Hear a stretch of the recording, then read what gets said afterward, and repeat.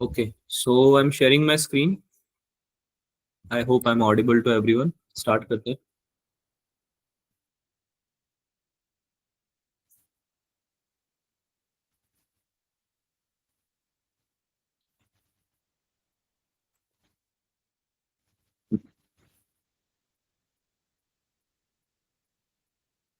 मेरी आवाज तो आ रही है ना सबको? Yes, sir. Yes, sir. Okay.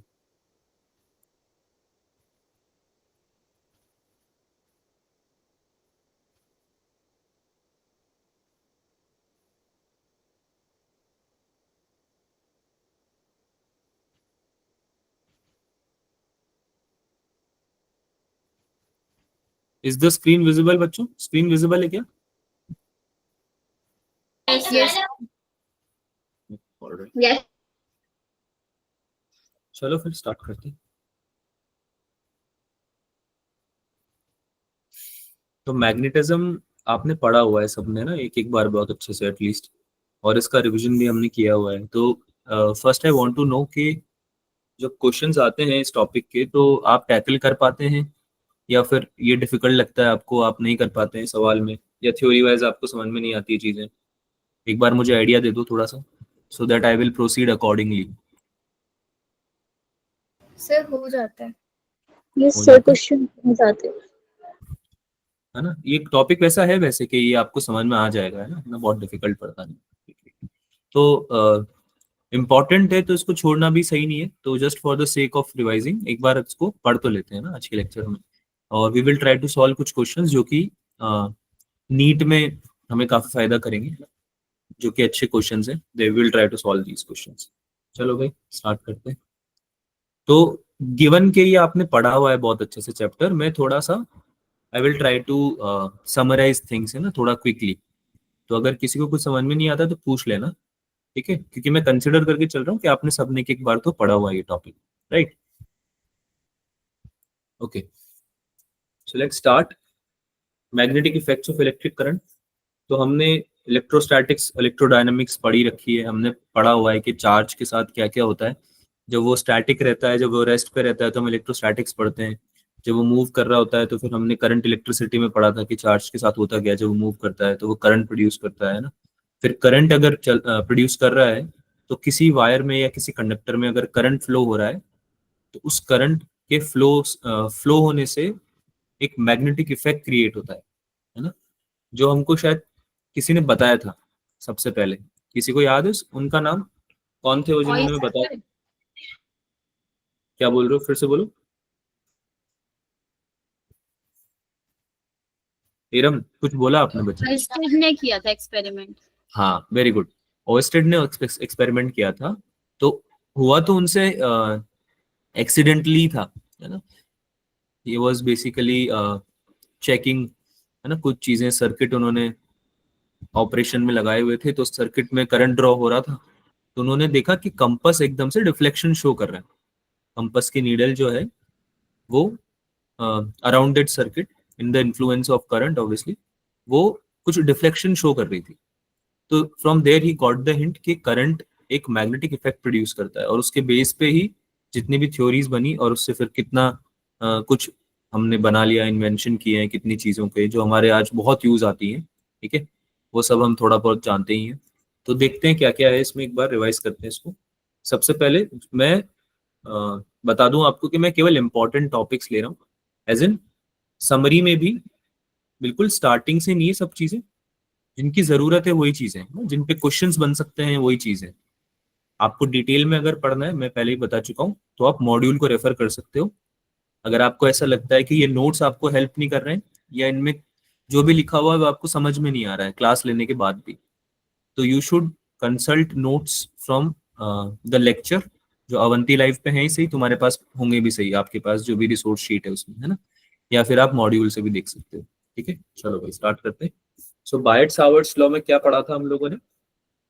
बायट Savart law basically हमें एक एलिमेंटल तरीका बताता है to find the magnetic field, ठीक है.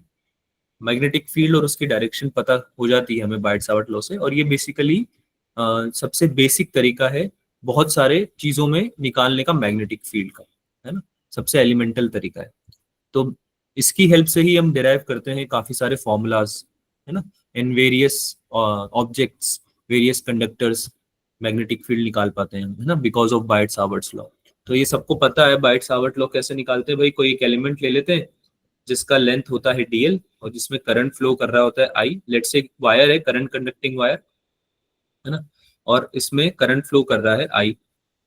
dl आपने एक छोटा सा एलिमेंट ले लिया और उस एलिमेंट पे इस करंट के फ्लो होने की वजह से जो मैग्नेटिक फील्ड बन रही होगी इसके आसपास, which is small dB obviously, क्योंकि एक छोटे से एलिमेंट पे आप निकाल रहे हो। तो इसको कैसे निकालते हैं हम, mu naught upon 4 pi I multiply by dl cross r upon r cube. ये वाला फॉर्मूला क्या सबको पता है बच्चों? Yes, sir. Yes, sir. This is Biot-Savart's law, and this is like the fundamental formula or form of almost every formula, है ना, या almost 60 to 70% फॉर्मूले जो हम पढ़ते हैं, ठीक है, इस चैप्टर में। ये बिल्कुल इंपॉर्टेंट है, आपको बिल्कुल भी नहीं भूलना है इसको, क्योंकि अगर आप भूल भी जाते हो किसी पर्टिकुलर फॉर्मूला को तो काफी सारे फॉर्मूले से डिराइव भी हो जाते हैं, ठीक है, और इस पर डायरेक्ट क्वेश्चन भी बनते हैं, तो ये तो आपको पता ही है, काफी इंपॉर्टेंट है।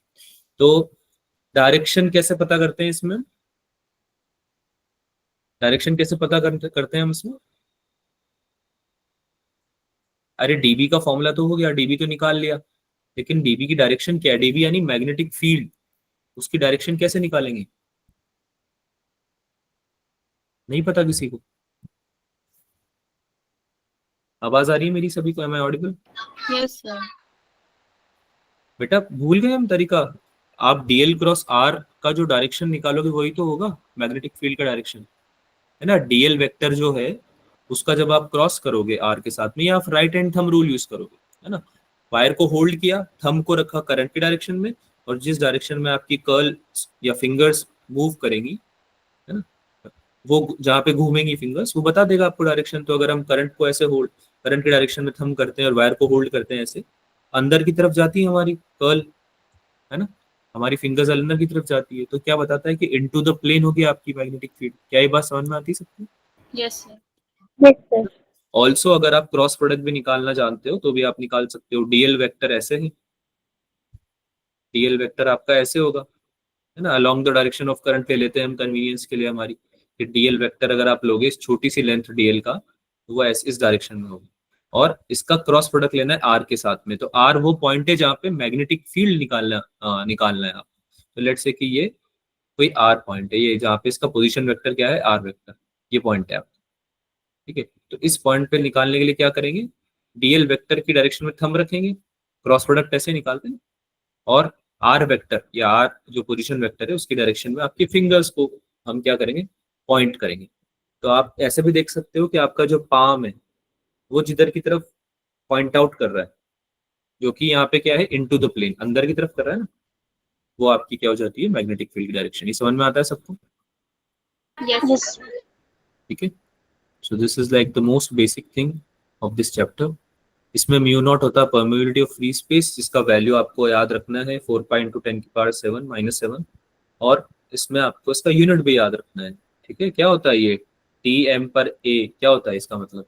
Tesla meter per ampere. Tesla meter. Tesla metre per ampere, है ना। तो दिस इज द, और ये आते कहाँ से, इस फॉर्मूले से ही आता है ना, जो हमारा फॉर्मूला है उसके थ्रू ही हम निकाल पा रहे हैं म्यू नॉट का भी जो यूनिट है, ठीक है। DL vector is along current, ये मैंने बता ही दिया है डीएल वेक्टर लेने का तरीका, ठीक है। ऑल्सो अगर आपको किसी पार्टिकल की, किसी चार्ज की वेलोसिटी वेक्टर दिया हुआ, यानी कि आपको बताया हुआ है कि पार्टिकल मूव किधर कर रहा है विद वेलोसिटी वेक्टर v, तो आप उसके थ्रू भी निकाल सकते हो किसी पॉइंट पे magnetic field, because of this moving charge, है ना। तो ये मूविंग चार्ज की वजह से मैग्नेटिक फील्ड कैसे निकालेंगे, mu naught upon 4 pi Q multiply by V cross R upon R Q. तो ये दोनों फॉर्मूले आपको याद होने चाहिए, ठीक है भाई, कोई डाउट तो नहीं है इसमें? No, No, sir. sir. Do remember these formulas.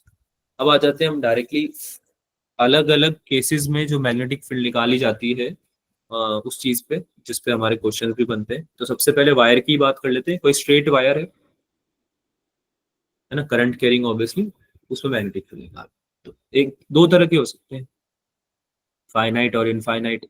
अगर फाइनाइट है तो उसकी लेंथ फिक्स होगी ना, हमें पता होगा कितनी लेंथ है उसकी एग्जैक्टली, तो मतलब फाइनाइट का हमें फायदा क्या होता है या फाइनाइट का यूज कैसे निकालते हैं कि भाई आपका जो एंगल बन रहा है θ1 और θ2, अब ये कौन से एंगल है? ये एंगल है of the end points of a wire, ठीक है। किस पॉइंट के साथ पे? जिस पॉइंट पे आपको निकालनी है मैग्नेटिक फील्ड, जो कि परपेंडिकुलर डिस्टेंस पे है वायर के साथ में, और वो परपेंडिकुलर डिस्टेंस कितनी होती है? डी, स्मॉल डी, ठीक है। तो अगर ऐसा कुछ दिया हुआ है आपको सवाल में, तो आप डायरेक्टली क्या फॉर्मूला यूज कर सकते हो? Mu not I upon 4πd multiply by cos θ1 plus cos θ2। इसका डेरिवेशन आपके नोट्स में दिया हुआ है, आप उसको देख सकते हो आराम से। अगेन जो डायरेक्शन ऑफ मैग्नेटिक फील्ड है वो हम सेम तरीके से फिर से निकाल लेंगे। और ये आया कहाँ से? बायट सावर्ट लॉ के यूज से। ये पता है सबको, बायट सावर्ट लॉ का यूज किया है टू फाइंड द फॉर्म। अच्छा, फाइनाइट और इनफाइनाइट के अलावा एक सेमी इनफाइनाइट भी हो सकता है केस, ठीक है। सेमी इनफाइनाइट का मतलब क्या हो जाता है कि भाई एक साइड तो आपकी लिमिटेड लेंथ की है, लेकिन एक तरफ वायर आपका इन्फिनिट लेंथ की तरफ जा रहा है। तो फिर एक एंगल आपको पता होगा विच विल बी लेट से θ2, बट θ1 की जो वैल्यू है वो 0 डिग्री हो जाती है, ठीक है। θ1 की वैल्यू आपको नहीं पता, θ1 की वैल्यू को आप ले सकते हो cos 0, तो आपका वैल्यू कितना आ जाएगा? 1, राइट। अगर आप अच्छा, ये 0 डिग्री क्यों होती है? क्योंकि ऐसा मानते हैं ना कि अगर इनफाइनाइट जा रहा है लेंथ में, तो वो इस पॉइंट के ऑलमोस्ट पैरेलल ही हो जाएगा, राइट। Yes, sir. ये पैरेलल हो जाएगा, तो दोनों एंगल क्या हो जाएंगे? 0 हो जाएंगे in the case of infinite wire. तो यहाँ पे θ1 और θ2 को 0 पुट कर देंगे इस फॉर्मूले में, तो आंसर क्या आ जाएगा?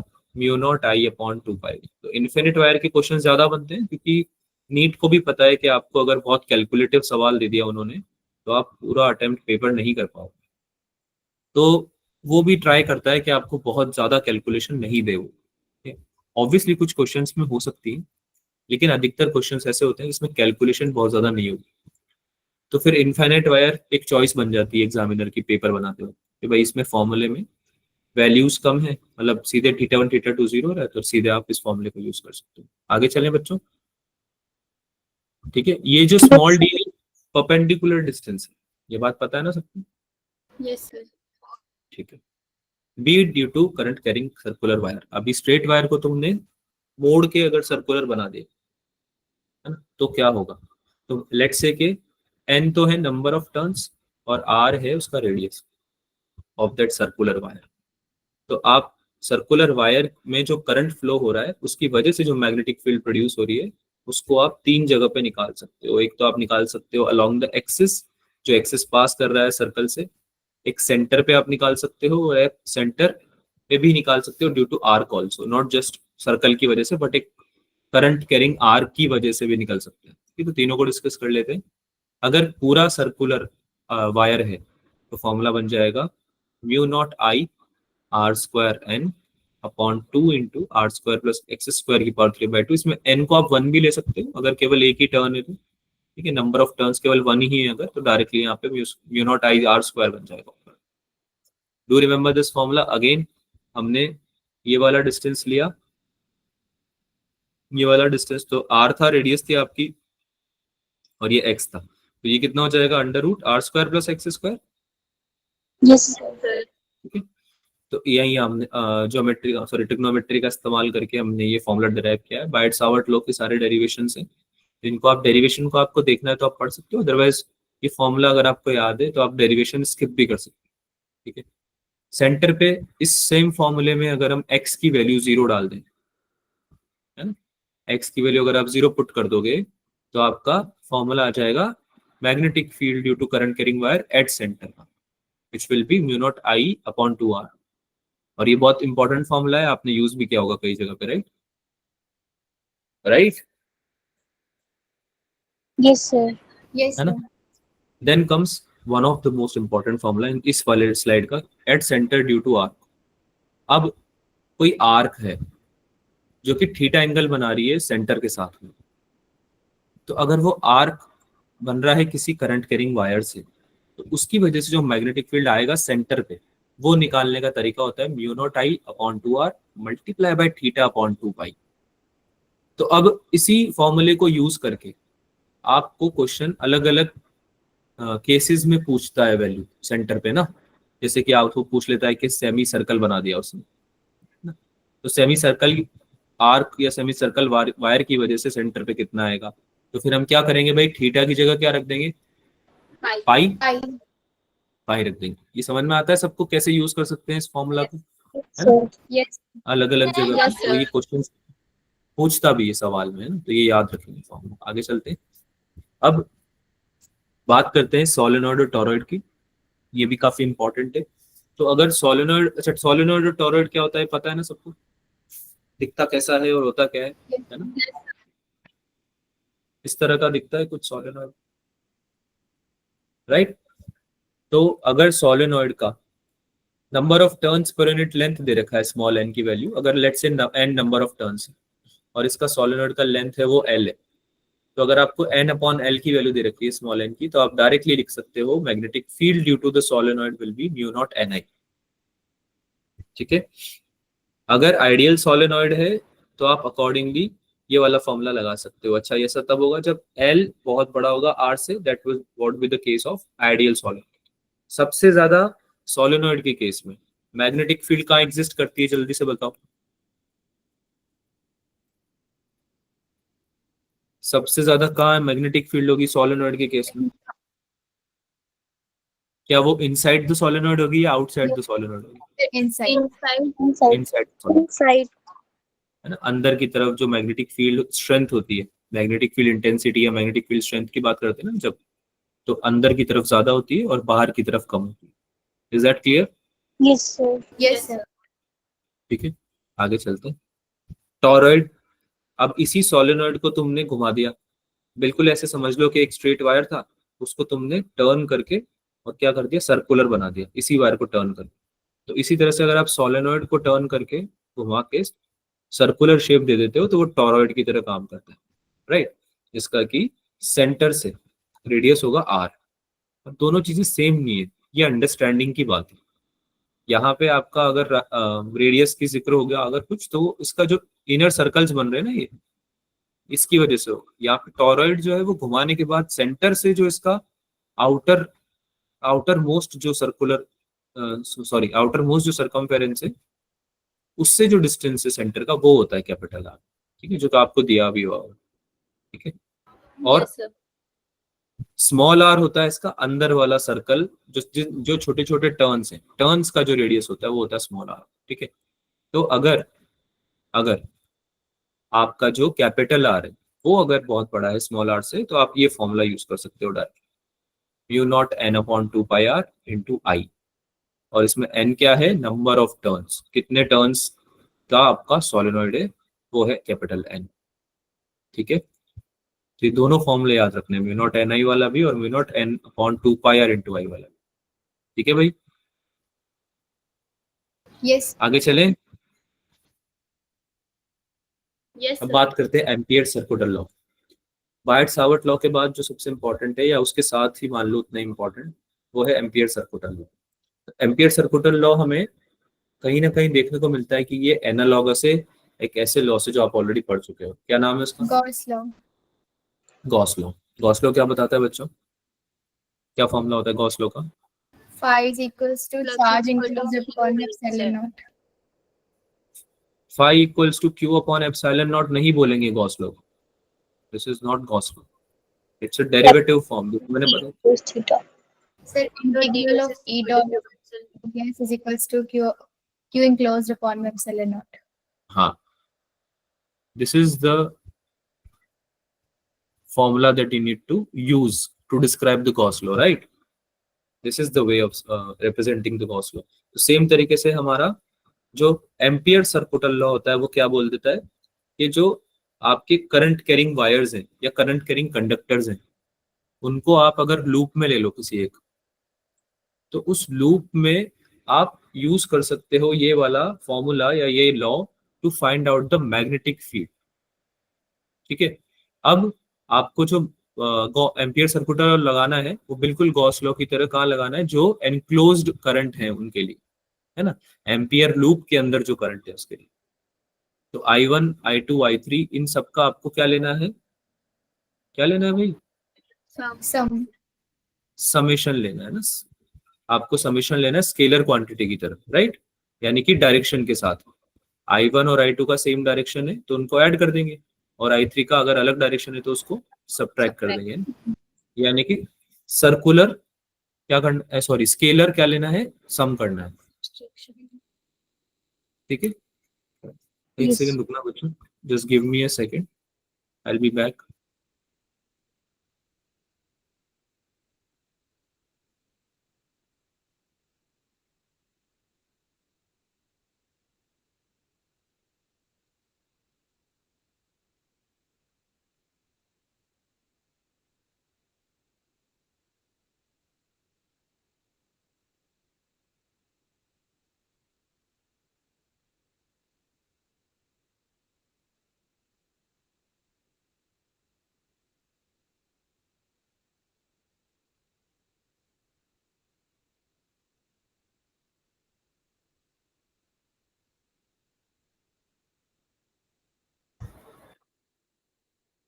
आवाज आ रही है बच्चों मेरी? Yes. Yes, sir. Yes.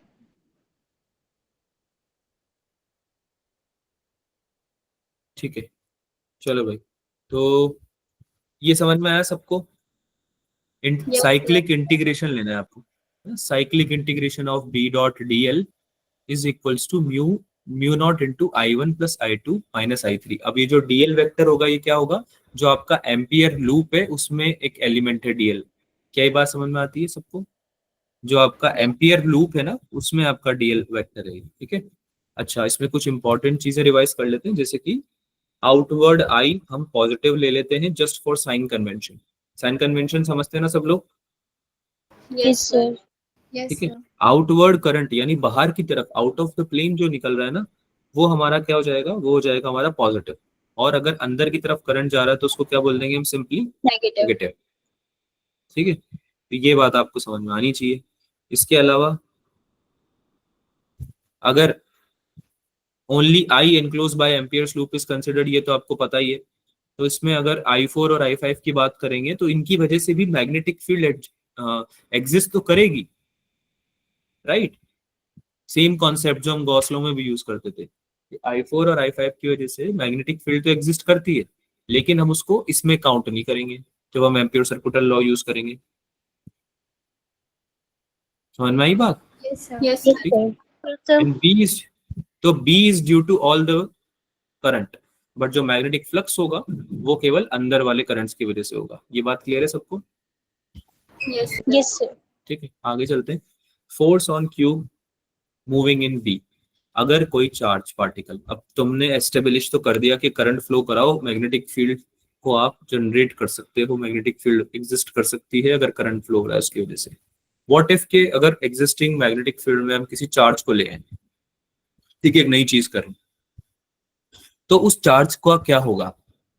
तो एक्सपेरिमेंट किया हमने और हमने फाइंड आउट किया कि उस चार्ज पे एक फोर्स लगेगा due to that magnetic field, बिल्कुल वैसे ही जैसे एक चार्ज पे इलेक्ट्रिक फोर्स लग रहा था, इलेक्ट्रोस्टैटिक फोर्स। याद आ रहा है सबको? सेम चीज पढ़ी थी हमने, right? Yes, sir. Electrostatic force लग रहा है because of the electric field, ठीक है। तो जैसे हम वहां पे निकालते थे force due to the electric field, वैसे हम यहाँ निकालेंगे force due to magnetic field, right, जिसको हम FM से रिप्रेजेंट कर रहे हैं। और क्या होता है ये? Q into V cross B। क्या होता है ये? Q into V cross. Q. Q into V cross B। इसमें जो याद करने वाली चीजें वो क्या है, एक तो मैग्नेटिक फोर्स जो होगा वो हमेशा परपेंडिकुलर होगा आपकी वेलोसिटी के, यानी चार्ज अगर मूव कर रहा है राइट डायरेक्शन में, ठीक है, विद v वेलोसिटी, तो इसके परपेंडिकुलर डायरेक्शन में you can say there would be a magnetic force. अब परपेंडिकुलर कुछ भी हो सकता है, जरूरी नहीं ऊपर हो नीचे भी हो सकता है, out of the plane in the plane, ये भी हो सकता है, बट परपेंडिकुलर हो, ठीक है। ये this you need to remember. अगर परपेंडिकुलर हुआ तो आपको पता है कि जिधर डिस्प्लेसमेंट है उसके परपेंडिकुलर अगर फोर्स है तो वर्क डन नहीं नहीं होता, ठीक है। अगर वर्क डन नहीं हुआ तो कोई चेंज इन स्पीड भी नहीं होगा या काइनेटिक एनर्जी में भी चेंज नहीं आएगा। क्या ये दोनों चीजें समझ में आती हैं आपको? Yes, sir. Sir. है ना भाई, वर्क एनर्जी थ्योरम पढ़ के आए ना हम लोग तो, Yes, sir. ठीक है। चलो भाई, और हमेशा परपेंडिकुलर होने का रीजन भी यही है क्योंकि जो मैग्नेटिक फोर्स है वो आ ही कैसे रहा है, क्रॉस प्रोडक्ट निकाल के V और B के। अरे ऐसे ही तो आ रहा है ये, Yes, sir. इसका क्रॉस प्रोडक्ट दे रहा है ना। तो अगर कोई भी दो वेक्टर का क्रॉस प्रोडक्ट अगर आप निकाल रहे हो ये ए वेक्टर है और ये बी वेक्टर है, और अगर आप इन दोनों का क्रॉस निकाल रहे हो तो इसके परपेंडिकुलर ही रहेगा ना बेटा, परपेंडिकुलर ही Yes. रहेगा। क्रॉस प्रोडक्ट का मतलब भी तो यही होता है कि दो वेक्टर का क्रॉस करोगे तो उनके परपेंडिकुलर जो वेक्टर होता है वो क्रॉस प्रोडक्ट होता है उसका, राइट। तो एफ एम वेक्टर आपका परपेंडिकुलर होगा इस लॉजिक से, ठीक है। आगे चलते हैं। If v is perpendicular to b as well, if v is perpendicular to b as well, तो फॉर्मूले कौन कौन से हम काम के जो है वो हम पढ़ते हैं, वो हम डिस्कस करते हैं। तो लेट्स से कि एक मैग्नेटिक फील्ड थी जो इनटू द प्लेन थी, यहाँ पे मैग्नेटिक फील्ड दी हुई है P जो कि इनटू द प्लेन है, अंदर की तरफ मैग्नेटिक फील्ड है, ठीक है। और उस मैग्नेटिक फील्ड में तुम्हारा कोई करंट कैरिंग लूप रखा हुआ है लेट्स से, या फिर कोई चार्ज है जो कि सर्कुलर मोशन परफॉर्म कर रहा है, ऐसा भी समझ सकते हैं। क्यू चार्ज है जिसका मास भी दे रखा है एम मास, ठीक है, ठीक है। अब ऑब्वियस ही बात है कि इस पे जो मैग्नेटिक फोर्स लग रहा होगा, वी वेलोसिटी अगर इसकी इस डायरेक्शन में है जो गिवन है, तो इसके परपेंडिकुलर एफएम लग रहा होगा इसमें मैग्नेटिक फोर्स, Yes, sir. जो कि अगर आपको याद आ रहा हो तो सेंट्रीपिटल फोर्स भी प्रोवाइड करेगा इसको, एम आई राइट, ठीक है। Yes, इसको sir. एक सर्कल Yes, sir. सर्कल में घुमाएगा, सेंट्रीपिटल फोर्स भी प्रोवाइड करेगा उसको। तो ये एफएम जो है इसके बेसिस पे हम कुछ चीजें निकालते हैं, जैसे कि हम निकालते हैं कि अगर ये एफएम की वजह से, मैग्नेटिक फोर्स की वजह से अगर ये किसी सर्कल में घूम रहा है ये चार्ज, फिर under the influence of magnetic field B, तो उस सर्कुलर पाथ की रेडियस निकालने का तरीका होता है mv upon Q B. This is how you find the radius of that circular path. तो ये बहुत इंपॉर्टेंट फॉर्मूला है, मुझे बताने की जरूरत नहीं है, पढ़ा हुआ है तुमने शायद ये, Yes, sir. Yes, sir. Yes, sir. Okay. अगर आपको काइनेटिक एनर्जी की टर्म्स में पूछ ले कोई, तो आप बोलोगे 2m के under root 2m K upon Q B. Same formula अगर आपको काइनेटिक एनर्जी की टर्म्स से पूछ ले, सिंस के या काइनेटिक एनर्जी होता है क्यू इंटू डेल्टा वी, तो वहां से हमने इस चीज को डिराइव किया है। ऑल्सो ये सर्कुलर पाथ में जो घूमता है ना, तो केवल रेडियस नहीं पूछते सवाल में, कई बार इसका टाइम पीरियड भी पूछ लेते हैं, इसकी एंगुलर वेलोसिटी भी पूछ लेते हैं ओमेगा। तो टाइम पीरियड तो अब तुम बोल ही दोगे 2 pi m upon Q B होगा, ठीक है। और ओमेगा आप बोल दोगे क्यू बी अपॉन एम होगा, क्योंकि 2 पाई अपॉन ओमेगा होता है ना टाइम पीरियड, तो आप ओमेगा भी निकाल सकते हो, है ना। और टाइम भी आप निकाल सकते हो सिमिलरली, क्योंकि आपको आर पता है, ठीक है। तो टाइम जो निकालते हैं ना न्यूटन के लॉ से, वही फॉर्मूले हम यूज कर रहे हैं बेसिकली, कुछ अलग नहीं यूज कर रहे। लेकिन जैसा कि मैंने बोला डेरिवेशंस काफी टाइम टेकिंग हो जाएंगे आपके लिए, तो जो इंपॉर्टेंट फॉर्मूले हैं वो मैंने डायरेक्टली लिखे हुए हैं। अगर आपने एक बार भी पढ़े हुए हैं डेरिवेशन, तो आप दोबारा मत पढ़ना, आप सीधे फॉर्मूला एक बार देखो, रिवाइज करो और सीधे क्वेश्चन सॉल्विंग करो, ठीक है भाई। Yes. ठीक है, जिन जिन फॉर्मूला का डेरिवेशन इंपॉर्टेंट है वो मैं बता दूंगा कि यार इनका डेरिवेशन पूरा पढ़ो, ठीक है। पर जिनका इंपॉर्टेंट नहीं है उनको आपको सीधे एज फॉर्मूला याद रखो। अगर सर्कल नहीं बनाया तो क्या, लेट्स से कि यहाँ पे तो था v परपेंडिकुलर b के, अगर v परपेंडिकुलर नहीं है b के और फिर सर्कल अगर नहीं बन रहा तो क्या।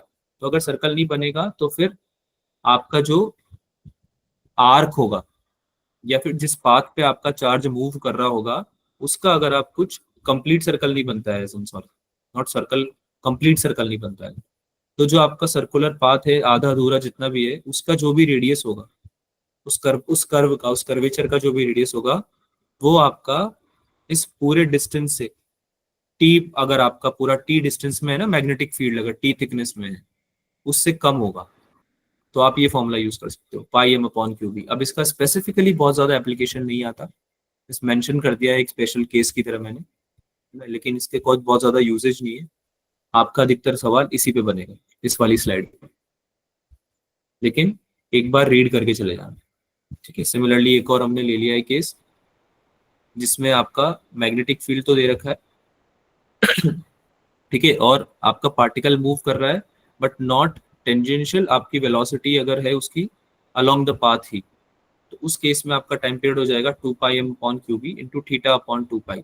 ऐसा तब होगा जब आपको किसी एंगल पे दिया हुआ है, एक आर्क दिया हुआ है, मतलब जैसे कि आपने मैग्नेटिक फील्ड में किसी चार्ज को प्रोजेक्ट किया, सुनना ध्यान से, उसकी कुछ v velocity they the charge की, और q उसका चार्ज होगा और m मास हो गया, और प्रोजेक्ट कर दिया under the influence of magnetic field b, जो कि ऑब्वियसली परपेंडिकुलर है। तो वो लेट्स से कि एक आर्क कंप्लीट करता है, ठीक है, एक आर्क बनाता है, और उस आर्क का सेंटर के साथ में एंगल अगर दे रखा है, तो फिर हम ये फॉर्मूला यूज करेंगे to find the time period. Under the influence of B कितना टाइम लगेगा उसको मोशन कंप्लीट करने में निकालेंगे, theta M upon Q B.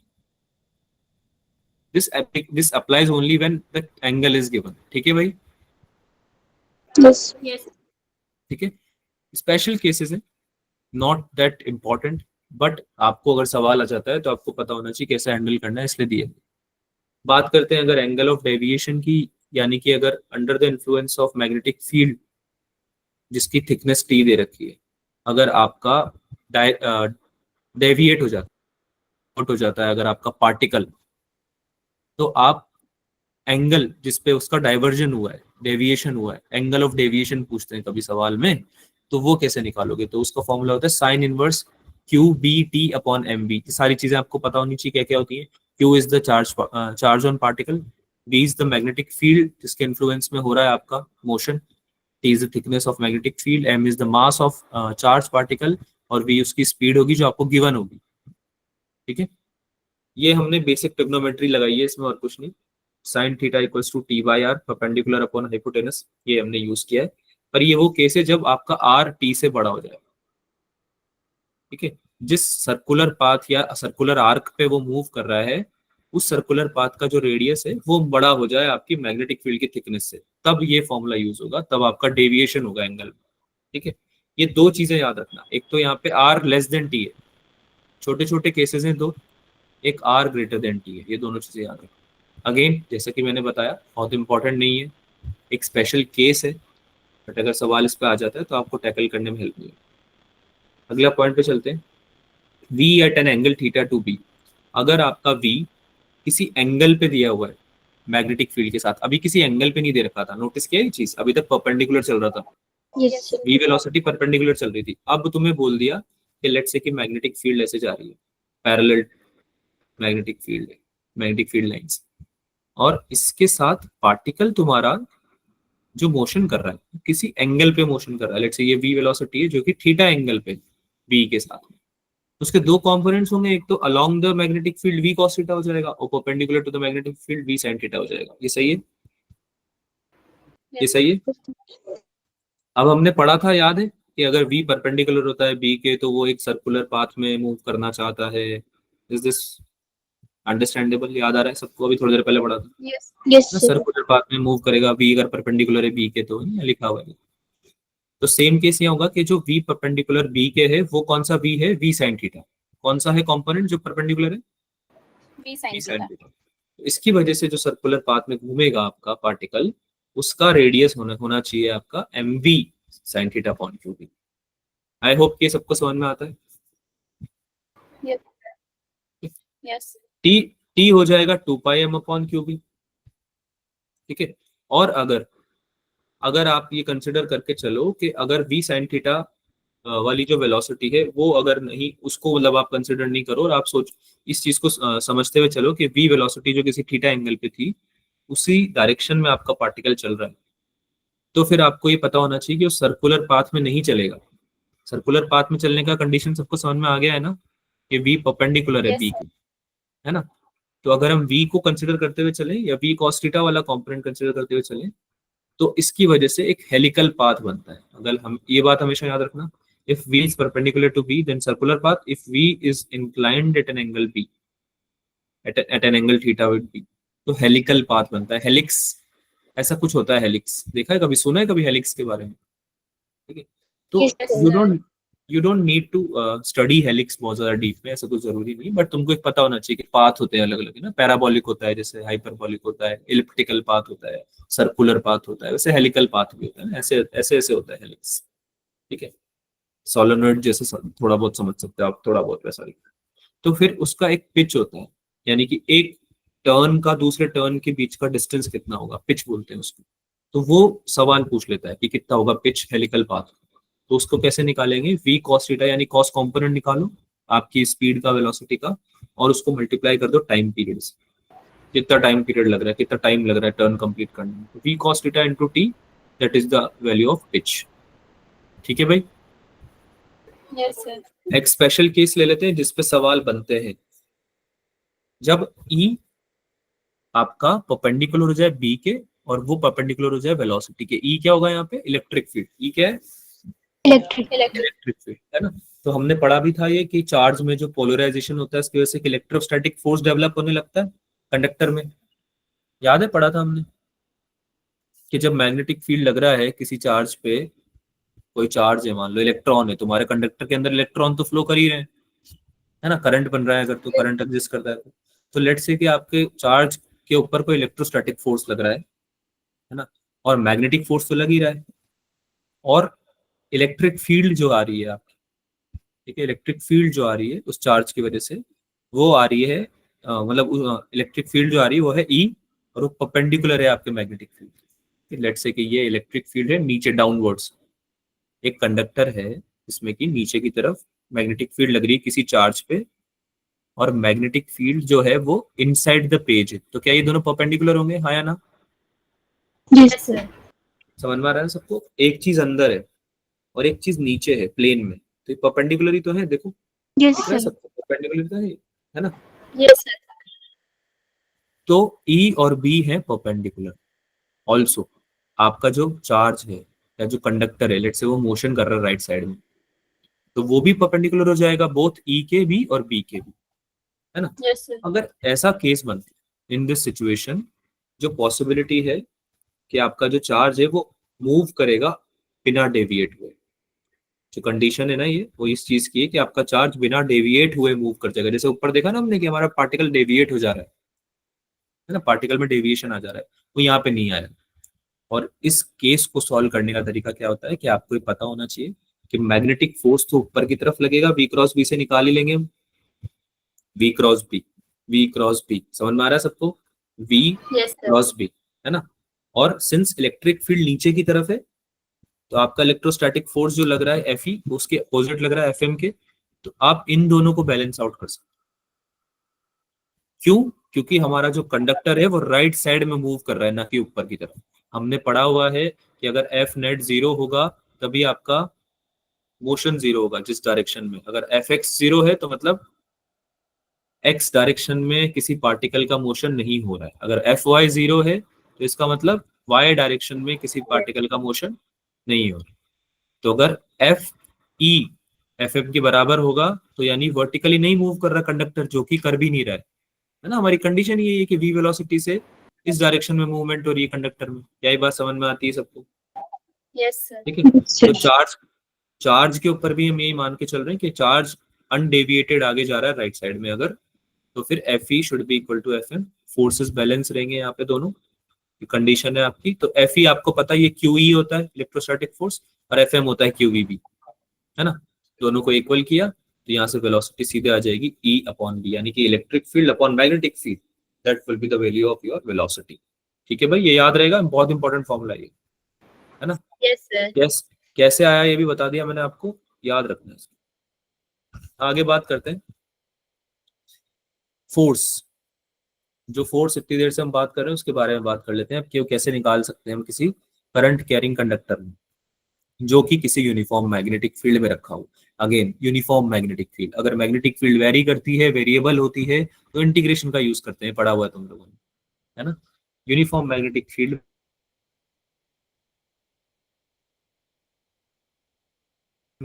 अगर तो फिर क्या करेंगे, सीधे फॉर्मूला अप्लाई करेंगे, कौन सा? F equals to I L. ठीक है, तो एल क्रॉस भी आपको डायरेक्शन दे देगा इसमें एफ की या मैग्नेटिक फोर्स की। इज दिस क्लियर बच्चों? Yes, sir. एफ इंटू आई इंटू एल क्रॉस बी, किसी करंट कैरिंग वायर या कंडक्टर में आप ऐसे ही निकालते हो फोर्स को, है ना। ठीक है, तो कुछ केसेस ले लेते हैं। लेट्स से कि स्ट्रेट वायर है, स्ट्रेट वायर है अगर, तो एल क्रॉस बी की वैल्यू हो जाएगी एल इंटू बी, ये फॉर्मूला बन जाएगा F M equals to I into L into B. ठीक है, जिसमें आप देख सकते हो करंट की डायरेक्शन है ऊपर की तरफ। ठीक है, अच्छा क्रॉस प्रोडक्ट में कॉस थीटा होता है, साइन थीटा होता है? Sin theta. Sine theta. तो अगर स्ट्रेट वायर है तो आपका करंट है ऊपर वाली डायरेक्शन में, तो इस पे डीएल वेक्टर जब आप लोगे, लेंथ वेक्टर जो आप लोगे तो इस डायरेक्शन में लोगे, लेट से लेंथ का वेक्टर जो है वो इस डायरेक्शन में, है ना। Yes, sir. और मैग्नेटिक फील्ड है अंदर की तरफ, तो क्या एल और बी परपेंडिकुलर है क्या? Yes, sir. अगर एल और बी परपेंडिकुलर है तो उनका क्रॉस प्रोडक्ट में साइन 90 आएगा क्या, Yes, sir. और उसका वैल्यू कितना होता है 1. 1. ये सीधे क्या हो जाएगा, आई इंटू एल क्रॉस बी क्या बन जाएगा, आई एल बी। I. ये क्लियर है? Yes, sir. ठीक है, पक्का? Yes, sir. ओके कूल, आगे चलते हैं। क्लोज्ड लूप मतलब आपका F net zero, straight wire की बात करी अभी हमने। अब अगर ऐसा कंडक्टर मिल जाए इसमें लूप ही क्लोज्ड है आपका, तो जो नेट फोर्स आएगा magnetic force because of that close loop would be zero. इसके अलावा अगर पैरेलल वायर्स दे रखे हैं दो, अभी तक हम केवल एक वायर की बात कर रहे थे, लूप भी हम एक ही लूप की बात कर रहे थे, लूप भी हम एक ही लूप की बात कर रहे थे। अब हम एक की जगह दो वायर लेके आ गए, तो अगर दो वायर है, या तो पैरेलल उसमें फ्लो कर रहा हो करंट, या उसमें एंटी पैरेलल फ्लो कर रहा हो करंट। पैरेलल का मतलब कि दोनों वायर दोनों में सेम डायरेक्शन में फ्लो कर रहा है करंट, है ना। इसमें भी आई जो करंट जा रहा है वो ऐसे आ रहा है ऊपर की तरफ लेट से, और दूसरे वाले में भी आई करंट ऊपर की तरफ जा रहा है। तो फिर फोर्स ऑफ अट्रैक्शन लगता है between the wires, is that right? Yes, sir. Yes, sir. जो फोर्स निकाला जाएगा वो कैसे निकाला जाएगा इस केस में, F equals to mu naught I1 I2 into L upon 2 pi D. इस पे आपने मॉक टेस्ट में अभी रिसेंटली सवाल भी किया था, है ना। L Yes. होगी लेंथ ऑफ वायर, ठीक है, और I1 इंटू I2 करंट हो गया रिस्पेक्टिवली दोनों वायर्स में, और D हो गया उनके बीच का सेपरेशन। ये याद रखना, ये D जो है वो सेपरेशन है, ठीक है। सेम केस में एंटी पैरेलल की केस में भी डायरेक्शन अलग हो जाएगी फोर्स की, लेकिन value same I, you not into I1 I2 L upon 2 पाई। लेकिन बेटा म्यूट कर लो,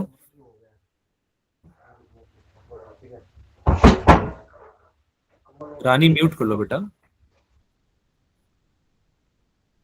ठीक है भाई, क्लियर है? आगे चलें। Yes, sir. Yes, sir. चलो सवाल सॉल्व करते हैं यार, इस पे कितना बचा, एक और पेज बचा। मैग्नेटिक मूवमेंट एक लास्ट टॉपिक है। मैग्नेटिक मूवमेंट आप लोगों ने पढ़ा हुआ है, ठीक है। जैसे डाइपोल मूवमेंट होता है वैसे मैग्नेटिक मूवमेंट भी होता है, ठीक है।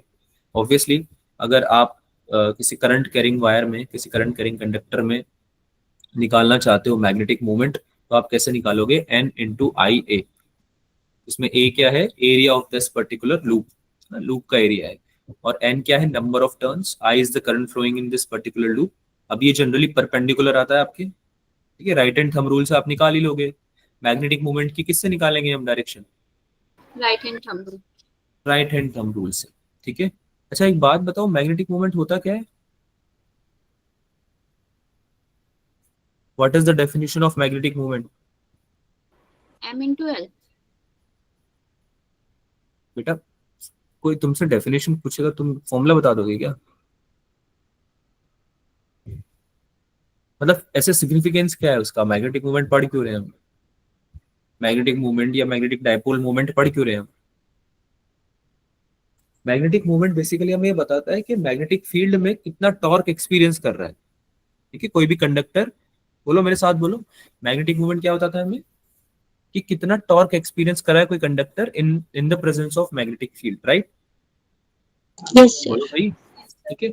या फिर आप इसको ऐसे भी बोल सकते हो कि भाई मैग्नेटिक मूवमेंट एक ऐसी वेक्टर क्वांटिटी है बेसिकली, जो कि कितना इंक्लिनेशन होना चाहिए, कितना इंक्लिनेशन होना चाहिए मैग्नेटिक फील्ड के साथ में, है ना। मतलब क्या टेंडेंसी है आपके ऑब्जेक्ट की, कंडक्टर की, कि वो मैग्नेटिक फील्ड के साथ में इंक्लाइन कितना हो सकता है, उस चीज की टेंडेंसी को बताता है मैग्नेटिक में, है ना। या फिर ये बताता है कि कितना टॉर्क एक्सपीरियंस कर सकता है, ठीक है, उस चीज से रिलेशनशिप है इसका। ये फिजिकल सिग्निफिकेंस है, बाकी फॉर्मूला तुम्हारे सामने लिखा ही हुआ है, ठीक है भाई। आगे चले। Yes, sir. Yes, sir.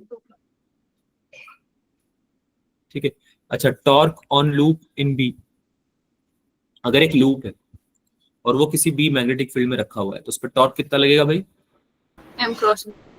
M cross B. Tau को आप रिप्रेजेंट करते ही हो किससे, M cross B. Tau, M cross B. और टाउ क्या होता है, टॉर्क, ठीक है। टाउ क्या होता है भाई, Dot. टॉर्क। अच्छा इसका मैग्नेटिक मूवमेंट का एक और फॉर्मूला होता है, अभी जो आपने बोला भी था, एम अपॉन 2L, ठीक है, ये भी पता होना चाहिए आपको। तो इसमें एम क्या होता है, स्मॉल एम क्या होता है बच्चों, Sir, M into 2L होता है ना? एम इंटू 2L होता है, एम अपॉन 2L होता है, So multiply. पक्का? Yes, sir. Yes sir, multiply होता है. और क्या होता है इसमें, m क्या होता है?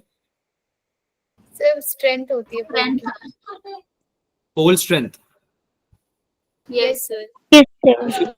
कंफ्यूजन होता है इसमें थोड़ा सा कि magnetic moment multiply by 2l होगा या pole strength multiply by 2l होगा. No, sir. नहीं No, होता sir. पक्का? No sir. Yes, sir. Yes. Yes.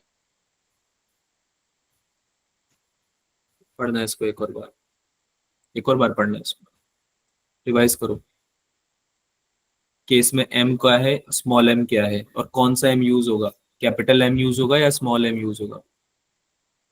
ठीक है, एक बार पढ़ना दोबारा, बताना मुझे.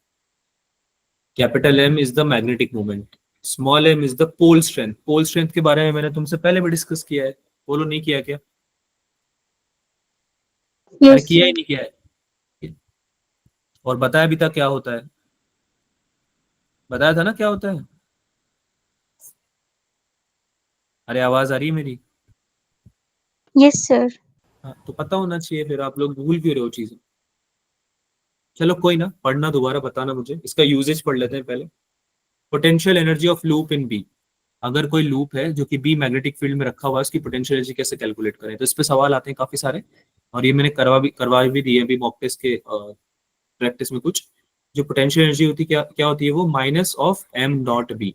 से माइनस साइन बहुत इंपॉर्टेंट है, जो कि हम पहले भी यूज कर सके काफी जगह, और सबको अब तो रीजन भी पता होगा कि अगेंस्ट में वर्क जो हो रहा होता है, अगेंस्ट में करा होता है फोर्स के, तो इसलिए माइनस साइन का यूज किया जाता है ना. और m डॉट बी यानी डॉट प्रोडक्ट लेना है मैग्नेटिक मूवमेंट और मैग्नेटिक फील्ड के बीच. और ऑब्वियस सी बात है कि अगर आप डॉट प्रोडक्ट ले रहे हो तो थीटा इक्वल्स टू 0 पे कितना वैल्यू आएगा, पूरा एम बी आ जाएगा. और सिंस आगे माइनस लगा हुआ है तो यू क्या आएगा, you minimum, Minus MB. Minimum. है ना. अगर थीटा 180 है यानी अपोजिट, दोनों वेक्टर अपोजिट है, तो फिर आपका आंसर आएगा माइनस एम बी, जो कि ऑलरेडी एग्जिस्टिंग माइनस के साथ में मल्टीप्लाई होकर प्लस हो जाएगा कैपिटल एम. तो ये मैक्सिमम हो जाएगा. अच्छा, इसका लॉजिक मुझे कोई बता सकता है क्या कि ये स्टेबल और अनस्टेबल क्यों है, मतलब मिनिमम वाला स्टेबल क्यों है और मैक्सिमम वाला अनस्टेबल क्यों है. सर, जिसकी एनर्जी कम होती है वो ज्यादा स्टेबल होता जिसकी है. एनर्जी कम होती है वो ज्यादा स्टेबल होता है. जिसकी एनर्जी कम होती है वो ज्यादा स्टेबल होता है, और जिसकी एनर्जी मैक्सिमम होती है वो अनस्टेबल होता है. अनस्टेबल होता है. ठीक है, और this goes with everyone, right. Yes sir. This goes with everyone. ठीक है, चलो. एवरीथिंग मतलब एवरीवन बोल रहा हूँ, everything. Force on loop in B. अगर कोई लूप है आपका जो कि बी मैग्नेटिक फील्ड में रखा हुआ है, नॉन यूनिफॉर्म मैग्नेटिक फील्ड में, तो उस पर कितना फोर्स लगेगा मैग्नेटिक मूवमेंट की टर्म्स में अगर आपको निकालना है तो आप कैसे निकालोगे, F equals to M into D B by D X. D B by D X आपकी क्या हो गई, वेरिइंग मैग्नेटिक फील्ड होगी, है ना. वेरिइंग मैग्नेटिक फील्ड होगी. डीबी जिसमें एक छोटा सा वेरिएशन है, ऑब्वियसली आपको इसको इंटीग्रेट करना पड़ेगा. But dB by D x क्या बता रहा है, variation in magnetic field with distance, यानी कि जैसे जैसे डिस्टेंस आपका बढ़ रहा है या कम हो रहा है, वैसे वैसे मैग्नेटिक फील्ड भी चेंज हो रही है. तो मैंने बताया था ना कि मैग्नेटिक फील्ड अगर चेंज होगी तो फिर उस केस में इंटीग्रेशन यूज करना पड़ेगा, है ना, वेरिइंग मैग्नेटिक फील्ड के केस में. तो ये बात याद रखना. ठीक है. मैग्नेटिक मूवमेंट के टर्म्स में भी बहुत सारे फॉर्मुले हैं जो इंपॉर्टेंट है. एक तो टॉर्क निकालने में हेल्प करता है मैग्नेटिक मूवमेंट. ये माइनस एम डॉट भी हमें बताता है पोटेंशियल, कितना पोटेंशियल एनर्जी है. फोर्स निकलवा लेते हैं इस पे आपको, है ना. और ये वाला फॉर्मूला तो है ही सही मैग्नेटिक मूवमेंट निकालने का, और ये वाला फॉर्मूला भी ये पोल स्ट्रेंथ के टर्म्स में निकालने का. तो ये भी पढ़ लेना एक बार, तुम्हें याद नहीं है, गलत याद है तो. ठीक है, चलो भाई आगे चले, या कोई डाउट है अभी तक? No, sir. क्वेश्चन सॉल्व करते हैं यार इस पर डायरेक्ट. ठीक है, चलो. इसमें से काफी सारे सवाल तो आपके प्रैक्टिस होने चाहिए ऑलरेडी अभी तक, बट अगर नहीं है तो भी कोई बात नहीं, आप बात बता सकते हो. करो सॉल्व करो, आंसर बताओ.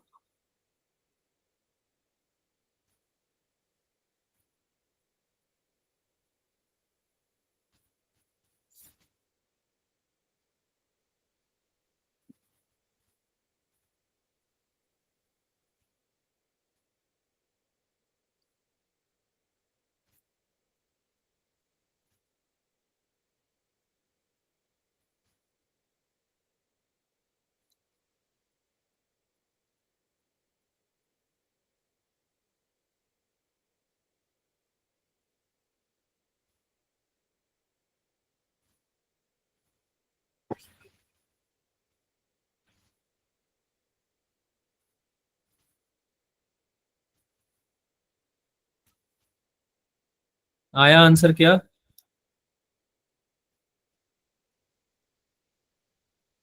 किसका आंसर आया? No, sir. सवाल समझ में आया या सवाल Yes, sir. समझाना? अगर सवाल समझ में नहीं आता ना कभी तो पूछ लिया करो, ठीक है? बोल चुका हूँ ये पहले भी बहुत बार।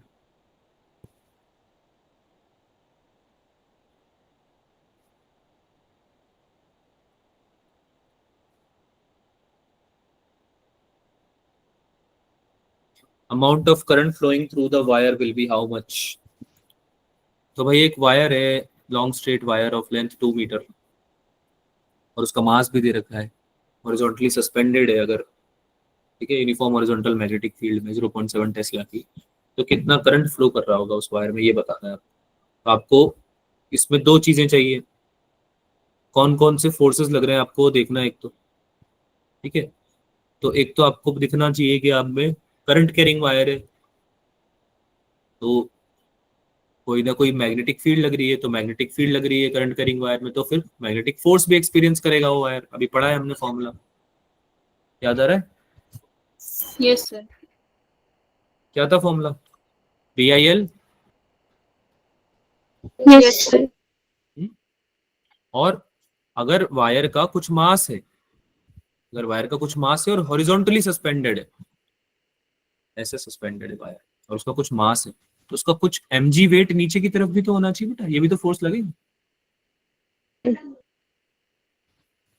एक तो लगेगा BIL मैग्नेटिक फोर्स, एक लगेगा mg नीचे की तरफ। क्या ये दोनों चीजें आपको समझ में आती हैं क्या? Yes. एक तो वेट लगेगा, मास है ना उसका, कुछ वायर का मास है ना भाई, और जी की वैल्यू भी दी हुई है यहाँ पे, सोचो क्यों दी हुई होगी जी की value? Obviously is talking about the weight of the wire, है ना, which is getting balanced by the magnetic force. ये समझ में आया? आ गया, sir. पक्का? पक्का आया समझ में? Yes, sir. ठीक है, क्या आंसर है फिर? Fourth option. ठीक है, तो उन दोनों को बैलेंस करना था बेसिकली। ये देखो कि आप 250 ग्राम्स में दे रखा है, तो उसको आप ग्राम्स में तो लोगे नहीं, ये कितना हो जाएगा? mg equals to BIL, this will be 250 into 10 की पावर कितना? -3. -3। और g की वैल्यू कितनी होती है? 9.8, है ना। मैग्नेटिक फील्ड की वैल्यू दे रखी है 0 टेस्ला में दे रखी है, तो कोई दिक्कत नहीं है। करंट की वैल्यू दे रखी है कितनी, सॉरी करंट की वैल्यू निकालनी है, और लेंथ कितना दे रखा है भाई? 2 मीटर। 2 meter. बस सॉल्व करना है डायरेक्टली आई के लिए, और कुछ भी नहीं है इसमें, सॉल्व करना है डायरेक्ट आई के लिए। तो ये हो जाएगा 0.250 इंटू 9.8 डिवाइडेड बाई 2 इंटू 0.7, ये हो जाएगा 1.75 एम्पियर। आया किसी का? Yes, sir. Okay. Yes. Yes, sir. क्योंकि काफी इजी क्वेश्चन था, ये दिया था इन लोगों ने, इसमें बस आपको समझ में आना चाहिए कि बैलेंस आउट हो रहे हैं फोर्सेस दोनों, ठीक है। यूनिफॉर्म इलेक्ट्रिक फील्ड एक थ्योरेटिकल क्वेश्चन है, बट इसमें दिमाग लगेगा थोड़ा, पर उसको सॉल्व करो।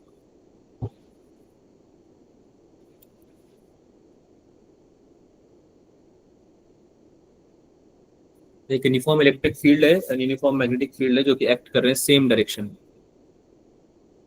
If an electron is projected in the region such that its velocity is pointed along the direction of fields, then the electron will move किधर की तरफ, या उसकी स्पीड के साथ क्या होगा?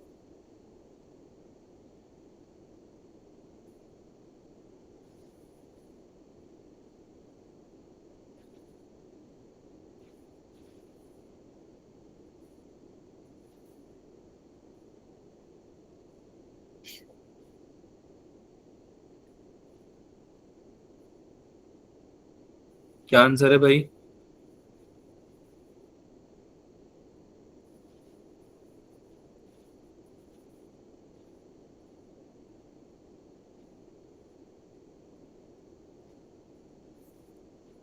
Am I audible बच्चों, आवाज आ रही है मेरी? Yes, sir.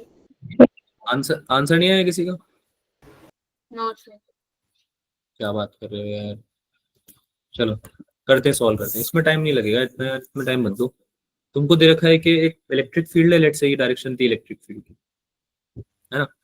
और यूनिफॉर्म इलेक्ट्रिक फील्ड के साथ यूनिफॉर्म मैग्नेटिक फील्ड भी है जो कि सेम डायरेक्शन में, यानी मैग्नेटिक फील्ड की डायरेक्शन भी यही होगी। बोलो है या ना, समझ में आ रहा है यहाँ तक? Yes, sir. Yes, अब बोल रहा है कि एक इलेक्ट्रॉन लिया और इसको फायर कर दिया, शूट कर दिया, प्रोजेक्ट कर दिया इसी रीजन में, और इसकी वेलोसिटी रख दी तुमने along the direction of fields, यानी इसी डायरेक्शन में इसका v रख दिया। ये समझ में आया जो बनाया अभी तक? yes, sir. Yes, sir. अब इसके साथ क्या होगा ये पूछ रहे हैं। तो क्या होगा, चार्ज अगर मूव कर रहा है under the influence of magnetic field तो उस पर क्या क्या लग सकता है? मैग्नेटिक फील्ड लग सकती है, मैग्नेटिक फोर्स लग सकता है, सॉरी, है ना, और इलेक्ट्रोस्टैटिक फोर्स लग सकता है क्योंकि इलेक्ट्रिक फील्ड में भी रखा हुआ है ये चार्ज, आया ना, Yes, sir. है ना। अब सबसे पहले तो तुमको ये पता होना चाहिए, इलेक्ट्रोस्टैटिक्स पढ़ के आए हो तुम, कि अगर इसकी इलेक्ट्रॉन की डायरेक्शन ये है मोशन की, तो इस डायरेक्शन में लगेगा QE, Yes, sir. Opposite direction में लगेगा ना इलेक्ट्रोस्टैटिक फोर्स। Yes, sir. और सिंस इसका V क्रॉस B 0 है, क्या आपको दिख रहा है V क्रॉस B 0 है? जिधर V है उधर ही B है, Yes, और sir. क्रॉस प्रोडक्ट में क्या हो जाएगा, साइन 0 विच इज 0, तो पूरा 0 कर देगा ये फोर्स Yes, को, sir. मैग्नेटिक फोर्स को। मैग्नेटिक फोर्स 0 है, तो मूवमेंट तो इधर करी तुमने, प्रोजेक्ट तो इधर करा, लेकिन जो इलेक्ट्रोस्टैटिक फोर्स है वो उसको अपोजिट डायरेक्शन में ले जाता रहेगा, है ना। तो स्पीड क्या हो जाएगी, Decrease. Decrease, Degrees. ठीक है। तो ना तो राइट जाएगा ना लेफ्ट जाएगा, स्पीड क्या हो जाएगी, decrease. Will turn towards right of the direction of motion, नहीं, will turn towards the left direction of motion. तो आप नहीं बोल सकते कि वो लेफ्ट भी टर्न होगा क्योंकि मूवमेंट तो उसका राइट साइड में ही है, ठीक है, लेकिन आप ये बोल सकते हो कि स्पीड विल डिक्रीज। जो मोस्ट अप्रोप्रिएट चीज है बोलना वो क्या होगा, स्पीड विल बी डिक्रीज, क्योंकि टर्न नहीं ले रहा है, यहाँ पे टर्न लिखा हुआ है। टर्न का मतलब क्या होता है कि इलेक्ट्रॉन है वो जा रहा है एक्स एक्सिस पे और उसने टर्न ले लिया है, राइट साइड में टर्न ले लिया यानी नेगेटिव वाई एक्सिस में चला गया, लेफ्ट साइड में टर्न ले लिया यानी पॉजिटिव वाई एक्सिस में चला गया। ये बात समझ में आती है सबको? Yes, sir. टर्न नहीं ले रहा है, it's not taking turn, it is getting decrease the speed of the electron. आगे चलें, अगला सवाल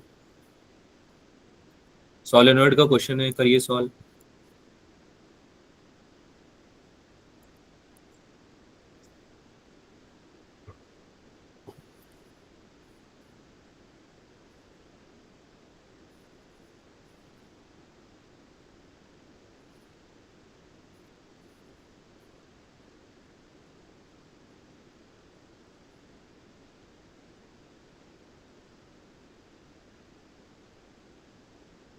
ये वाला तो कर दोगे यार तुम सॉल्व।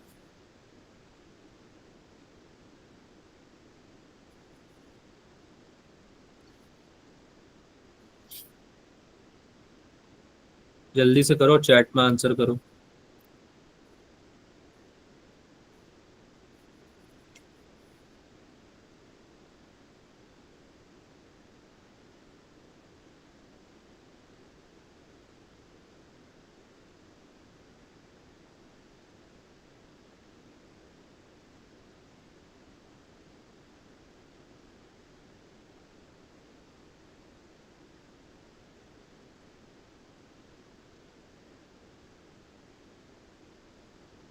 क्या आ रहा है भाई? Second option. Second option. Second option आ रहा है सबका? Yes, sir. Yes, sir. बहुत बढ़िया। ये ऐसा सवाल तो सबसे होना चाहिए था, क्योंकि क्योंकि इसमें आपको डायरेक्ट फॉर्मूला यूज करना है और कुछ नहीं करना, है ना। सोलेनॉइड दे रखा है, 2022 में आया था, ये बताओ, तो अभी लास्ट ईयर आया था। कितना इजी सवाल है, डायरेक्ट पूछ लिया उसने, मैग्नेटिक फील्ड स्ट्रेंथ बता दो सेंटर पे सोलेनॉइड के। सेंटर पे सोलेनॉइड के मैग्नेटिक फील्ड निकालने का तरीका क्या है, म्यू नॉट एन आई। Yes, sir. मैग्नेटिक फील्ड कितनी हो जाएगी सोलेनॉइड के सेंटर पे, म्यू नॉट एन आई। अब इसमें एन क्या होता है, नंबर ऑफ टर्न्स पर unit length, Turns per length. Yes. है ना। All you need to put is values, सब चीजों की वैल्यू रख दो। 4 पाई इंटू 10 की पावर -7, ये तो हो गया म्यू नॉट का value, multiply by number of turns कितने दे रखे हैं भाई, 100 per mm. 100। तो स्मॉल एन की वैल्यू कितनी हो जाएगी, 100/10 की पावर -3। Yes, sir. Sir. समझ में आया कैसे किया? पर एमएम है ना, 1 mm पे इतने टर्न्स है ना, पर मीटर दिया होता तो डायरेक्ट 1 लिखते। अगर 100 टर्न्स पर मीटर दिया होता, पर 1 मीटर, तो सीधे 100/1 लिख देते, 100 ही हो जाता। लेकिन यहाँ पे 1 mm है तो इसलिए 10⁻³ लिखा, ठीक है। मल्टीप्लाई बाय कितना है? 1 1 ampere. mm mu nought n into I. तो आंसर क्या आ जाएगा? 10⁻³ नीचे ऊपर चला जाएगा, 10⁻³ बन जाएगा। अच्छा 1 भी लिखा है ना, करंट भी लिख दो, 1 एम्पियर दिया हुआ था। कितना आंसर आया भाई? ये सॉल्व किया किसी ने? 4 पाई इंटू 10⁻² आएगा, तो आप इसको 4 पाई को लिख सकते हो 12.56। Is that right? Second option. 10⁻² Tesla, 10⁻² यानी बी ऑप्शन, ठीक है। अगला सवाल, स्क्वायर लूप।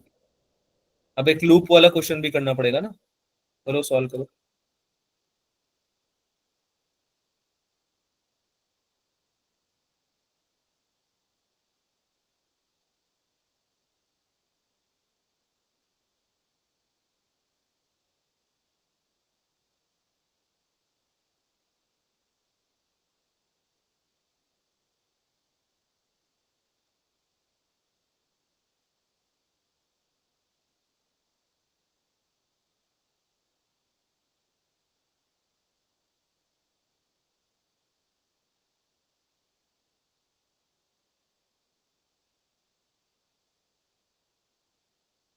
तो सेकंड। सेकंड ऑप्शन आ रहा है। Yes sir. कैसे किया? Flux is equal to B dot DL. Okay, very good.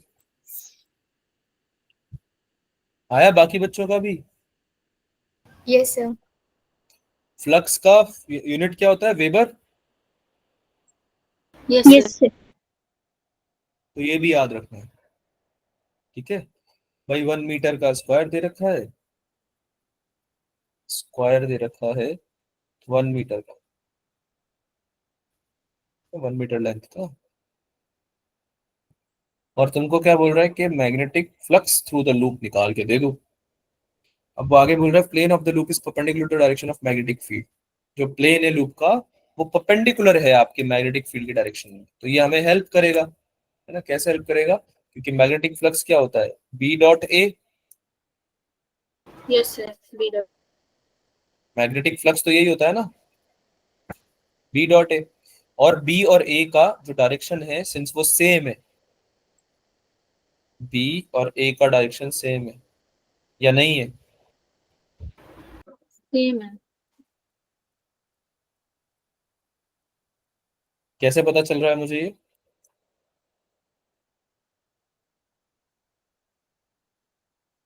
कैसे पता चल रहा है बच्चों?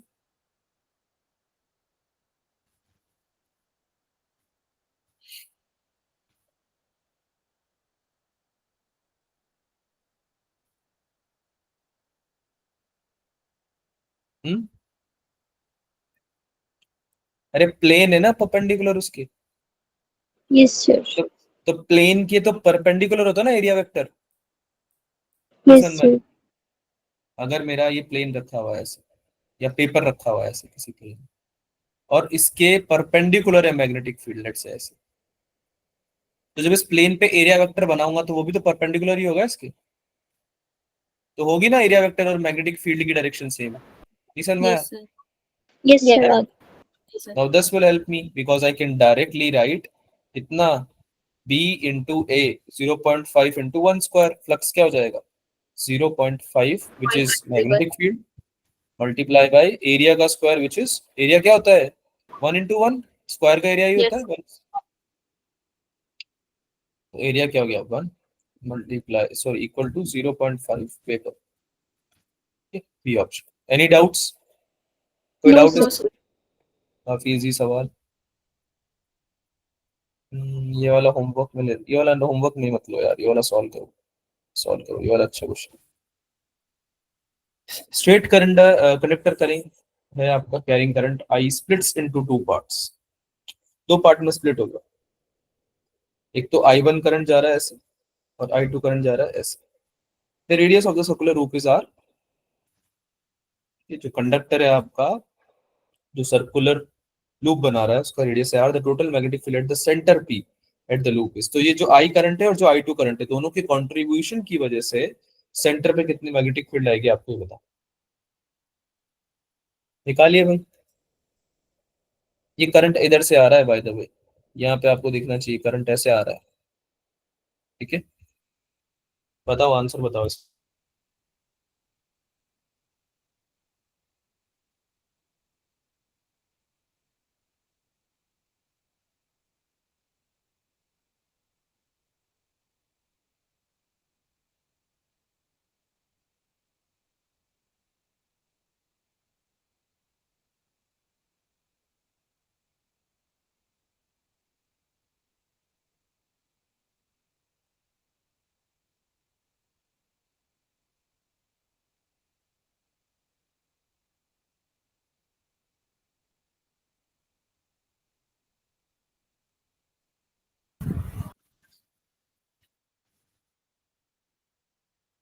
आया किसी का आंसर बच्चों?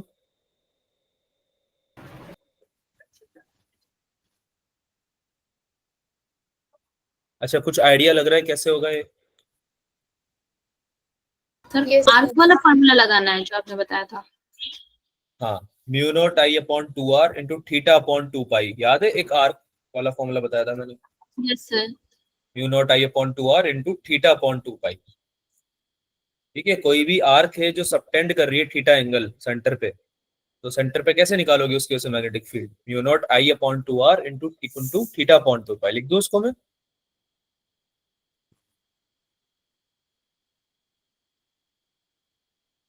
ठीक है भाई, यस सर। Yes. इसको यूज करो, पर इसमें थोड़ा दिमाग लगाओ अपना, है ना, ऐसे नहीं बिल्कुल आ जाएगा आंसर, थोड़ा सा दिमाग लगाओ।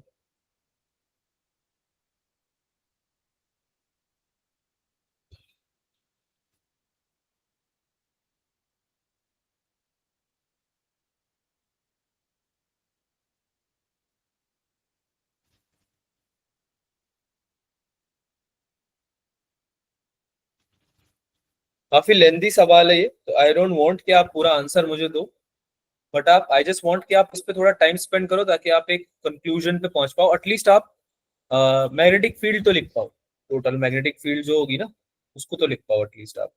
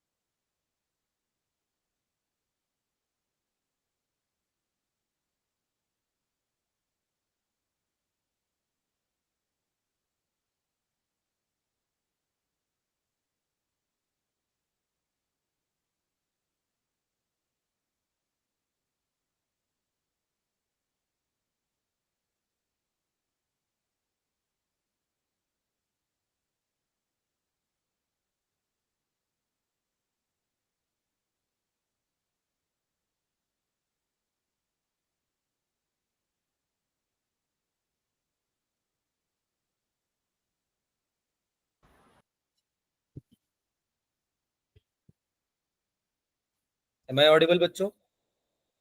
Yes sir. Okay, so I think I had a power cut. आपका स्क्रीन भी चला गया शायद, यस सर। तो मैं दिखाता हूँ।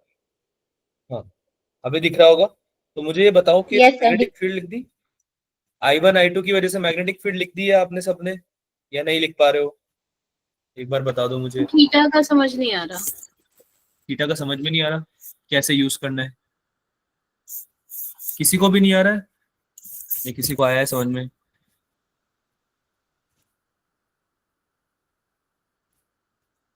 बताओ sir, यार, C बताओ। option आ रहा है, क्या आ रहा है? third option. थर्ड ऑप्शन आ रहा है? Yes, बेटा sir. आपको पहले थर्ड ऑप्शन कैसे आएगा? पहले तो आपको आई करंट जो दे रखा है ना उसके टर्म्स में निकालना है, ये बात आपको समझनी चाहिए, ठीक है। तो आई करंट के टर्म्स में निकालने के लिए आपको एक रिलेशनशिप निकालना पड़ेगा, यानी कि आपको I1 और I2 में जब तक रिलेशनशिप नहीं निकालोगे तब तक आप वैल्यू ही नहीं बता पाओगे इसकी। बात समझ में आ रही है? I1 और I2 में आपको एक Yes, रिलेशनशिप sir. निकालनी पड़ेगी, ठीक है? वो तरीका बताऊंगा मैं कैसे निकालना है, पर पहले आप मैग्नेटिक फील्ड निकाल के बताओ कि कितनी आ रही है total because of I1 and I2, कितनी आ रही है? किसी का आया है क्या वो?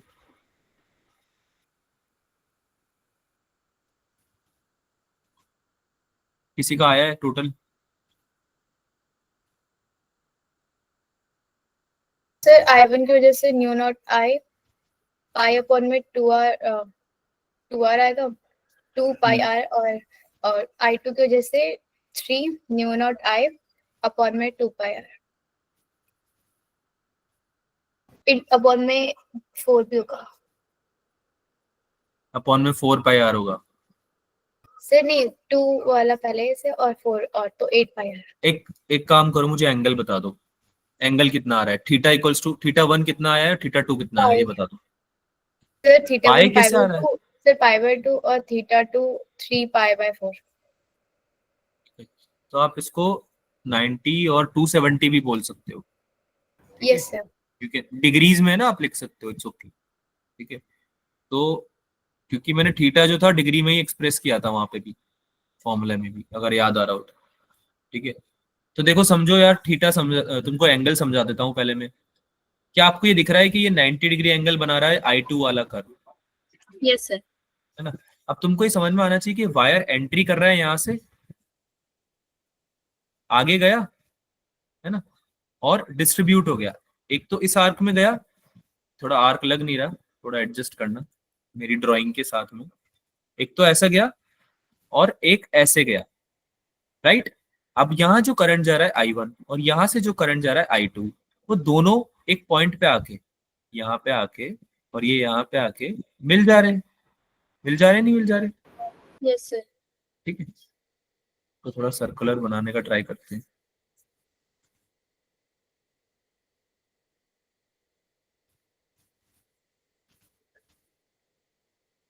ठीक है, ये आया ऐसे और ये आया ऐसे और ये आगे जाके थोड़ा मिल गए यहाँ पे सेंटर से इस जगह पे। अब यहाँ पे जहाँ ये मिले, ये पॉइंट है इंटरसेक्शन का, ये बीच में कुछ नहीं है, कंफ्यूज मत होना, ये डॉटेड लाइंस का मतलब है कुछ नहीं है।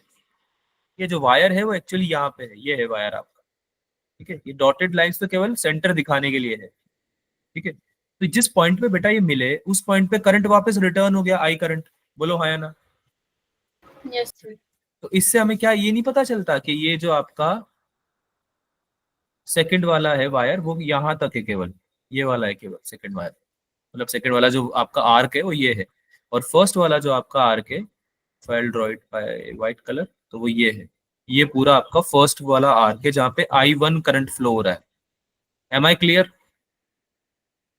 तो यस एक सर। एंगल तो ये बनेगा विच इज 270 डिग्री, क्योंकि जो दूसरा एंगल आपका बन रहा है सेकंड वाले वायर की वजह से वो बन रहा है 90 डिग्री, जो कि सवाल में दिया भी हुआ है। Am I right?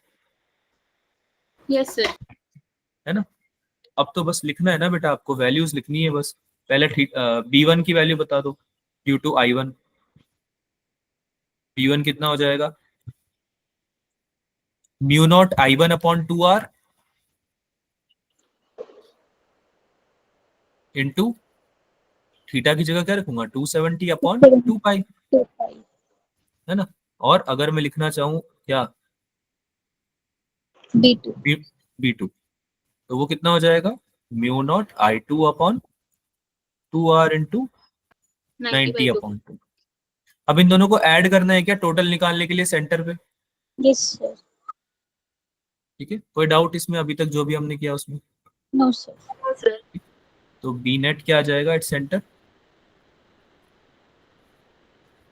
इन दोनों का समेशन B1 प्लस B2, ठीक है, which will be mu naught I1 into 270 upon 4 pi R plus mu naught I2 into 90 upon 4 pi R. यहाँ तक समझ में आया सबको? Yes Yes. अब दिक्कत क्या आ रही है कि I1 और I2 दो टर्म्स में आंसर आ रहा है, दो टर्म्स में थोड़ी ना आंसर चाहिए, दो टर्म्स में मतलब I1 और I2 के टर्म्स में थोड़ी ना चाहिए, हमें I के टर्म्स में चाहिए। Is that right? Yes, sir. हाँ हुदा, सर doubt? ये तो ऑपोजिट डायरेक्शंस में है ना सर, इनको तब भी ऐड कर देंगे, सब्ट्रैक्ट नहीं करेंगे।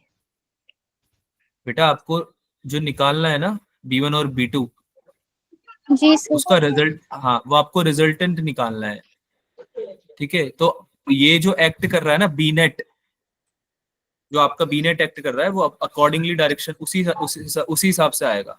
आप जब वेक्टर्स ऐड कर रहे हो, यहाँ पे वेक्टर ऐड कर रहे हो या स्केलर प्रोडक्ट ऐड कर रहे हो, आप स्केलर मतलब क्वांटिटी ऐड कर रहे हो? जी सर, वेक्टर। हाँ, तो टेंशन नहीं लेनी, ठीक है। और जो नेट है वो अंदर की तरफ ही आ रहा है, उसका रीजन क्या है? क्योंकि B1 जो है वो अंदर की तरफ है ना, B1 अंदर की तरफ है, B2 बाहर की तरफ है, समझ में आ रहा है? जी जी सर। B1 अंदर की तरफ है और B2 बाहर की तरफ है, सॉरी ये अंदर की तरफ है और ये बाहर की तरफ है, और B1 B2 से बड़ा है, तो जो B नेट आएगा वो कहाँ आएगा? अंदर की तरफ। B net will be inside,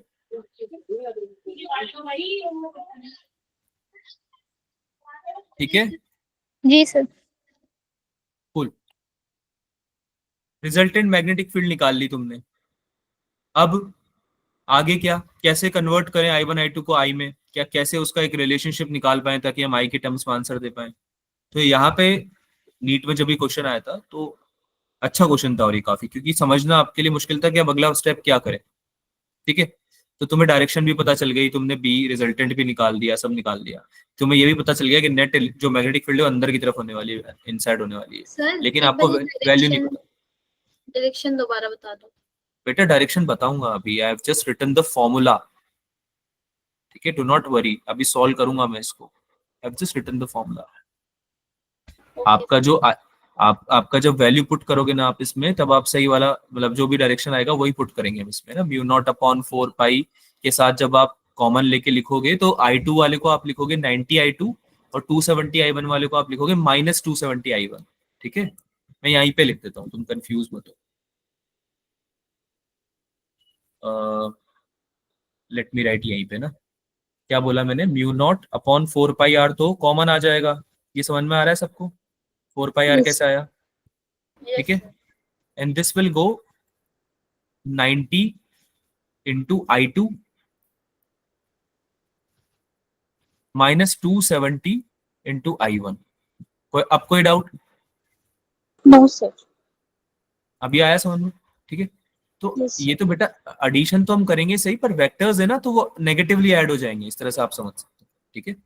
addition तो हम करेंगे सही ऑब्वियसली, लेकिन जो आंसर आएगा वो ऐसे ही आएगा 90 I2 -270 I1, क्योंकि उनका डायरेक्शन अलग अलग है मैग्नेटिक फील्ड का, ठीक है। एक इनसाइड है एक आउटसाइड है, और बड़ा वाला इनसाइड है छोटा वाला आउटसाइड है, ठीक है।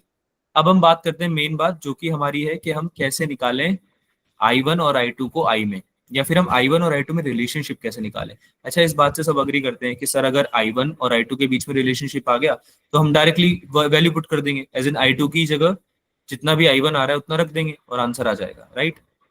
Yes sir. Yes sir. तो उसको निकालने का तरीका क्या है वो सुनो। अगर आप ध्यान से समझो तो दो करंट कैरिंग वायर है, कंडक्टर्स है, दो कंडक्टर्स हैं जिनमें की जा रहा है आपका करंट डिस्ट्रीब्यूट हो रहा है। तो अगर आपको याद आ रहा हो कि एक वायर से करंट आता था और अगर दो वायर्स में डिस्ट्रीब्यूट हो जाता था, तो हम ऐसा नहीं बोलते थे कि ये दोनों पैरेलल कनेक्शन है यस सर। Yes sir. है ना। और रजिस्टर्स की तरह तो एक्ट करेंगे ये दोनों वायर्स जो हैं I1 और I2 जिनमें करंट फ्लो हो रहा है, ठीक है, वो ऐसे तो बिहेव करेंगे कि दो रेजिस्टेंस पैरेलल कॉम्बिनेशन में लगे हुए हैं। कैसे बिहेव करेंगे ये, I1 एंड I2 का, I'll write it यहाँ पे नीचे,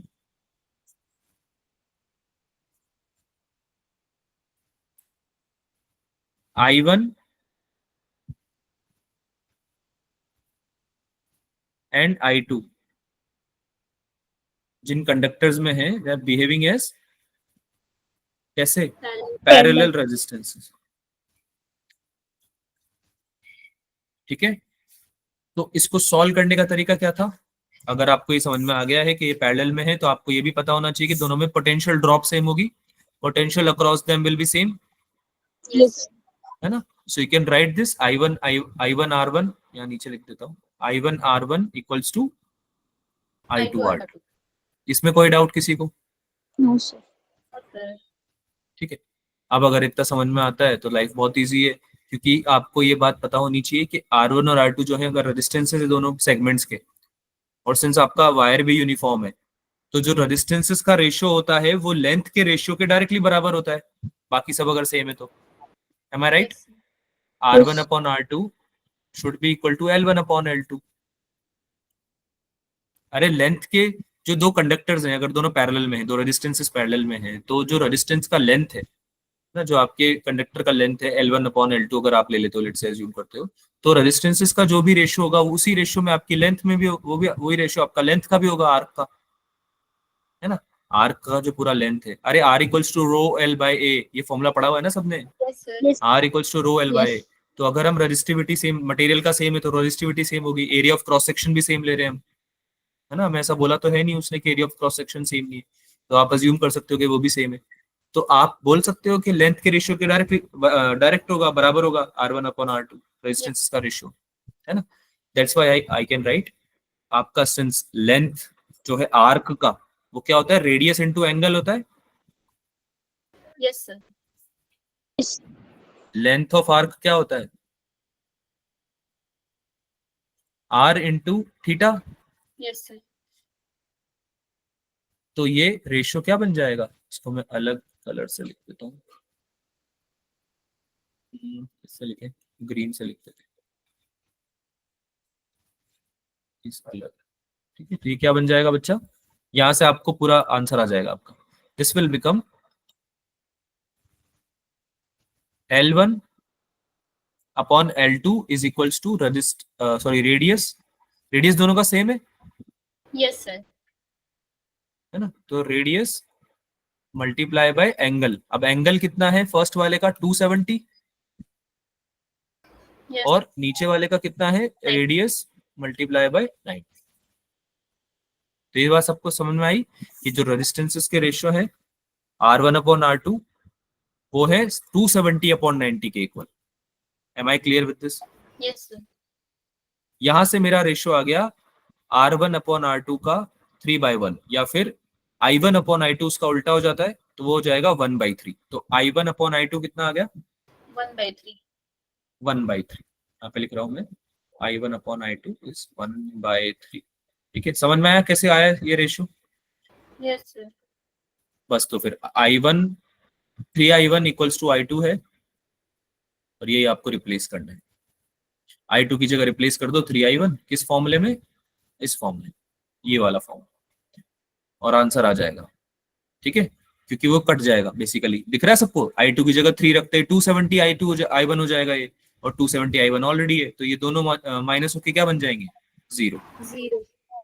तो 0 इज द राइट आंसर। अब इस सवाल में किसी भी तरह से कोई डाउट है तो बताओ। No, sir. अच्छा सवाल है, Yes, sir. Yes, sir. चलो। तो कुछ और क्वेश्चंस हैं जो मैंने लिए हैं, those are also good questions, तो उनका प्रैक्टिस करना आप लोग, ठीक है। इसको अगली क्लास में डिस्कस करेंगे, and we will try to complete matters magnetic materials also, ठीक है। और ये क्वेश्चन भी हम डिस्कस कर सकते हैं, इनमें से खासकर वो क्वेश्चन जो आपको नहीं आए वो तो हम करेंगे इसी, तो करके जरूर आना। तुम पूछते नहीं हो, बट इस बार मैं खुद से डिस्कस कर लूंगा अगली क्लास में, ठीक है। तो होमवर्क है ये, इसको कंप्लीट करके आओ जो भी दिया हुआ है नोट्स में, और बाकी आप कल टेस्ट दे ही रहे हो शायद, है ना, कल टेस्ट है सबका, Yes, sir. ठीक है। तो ऑल द बेस्ट, उसके लिए मिलते हैं कल डिस्कशन में, ठीक है। Bye bye everyone. Bye, sir. Bye.